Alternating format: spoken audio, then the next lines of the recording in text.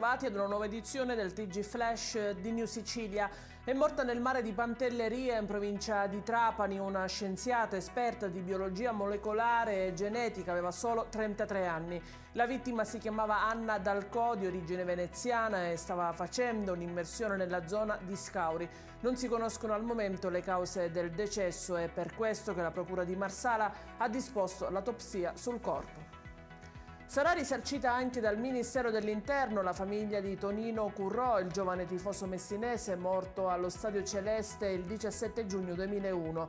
E questo quanto stabilito dalla Corte d'Appello di Messina, che ha riconosciuto la responsabilità del Ministero nel decesso del giovane. La vittima aveva solo 18 anni al momento della tragedia. Il ragazzo era andato allo stadio per tifare per l'FC Peloro in un match contro il Catania. A rivelarsi fatale è stata una bomba carta che, lanciata dalla curva dei rossazzurri, non ha lasciato scampo al 18enne. Violenta rapina in una tabaccheria di Piazza Santa Maria di Gesù a Catania. Un agente libero dal servizio è riuscito a bloccare e arrestare uno degli autori, l'altro complice è riuscito invece a fuggire ed è attualmente ricercato. Durante le fasi della rapina sono rimasti feriti i titolari della tabaccheria, padre e figlio, che hanno reagito alle minacce con una pistola risultata poi finta e sono finiti in ospedale. Ricoverato anche il rapinatore arrestato.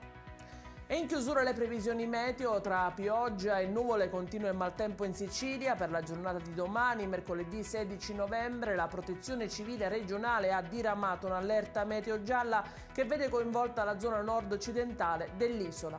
Nella mattinata il cielo sarà prevalentemente sereno su gran parte della regione, subentreranno annuvolamenti nelle ore pomeridiane, durante le quali potrebbero presentarsi precipitazioni, soprattutto nel messinese. La situazione dovrebbe peggiorare nella serata. Rovesci e temporali si abbatteranno nella zona occidentale, si segnalano anche venti forti e mari molto mossi.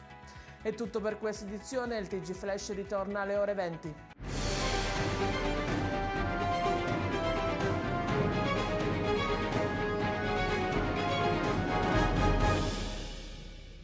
Procar, centro assistenza autorizzato BMW e Mini, adesso anche BMW Motorrad, via George Marshall 7, Mister Bianco, Catania.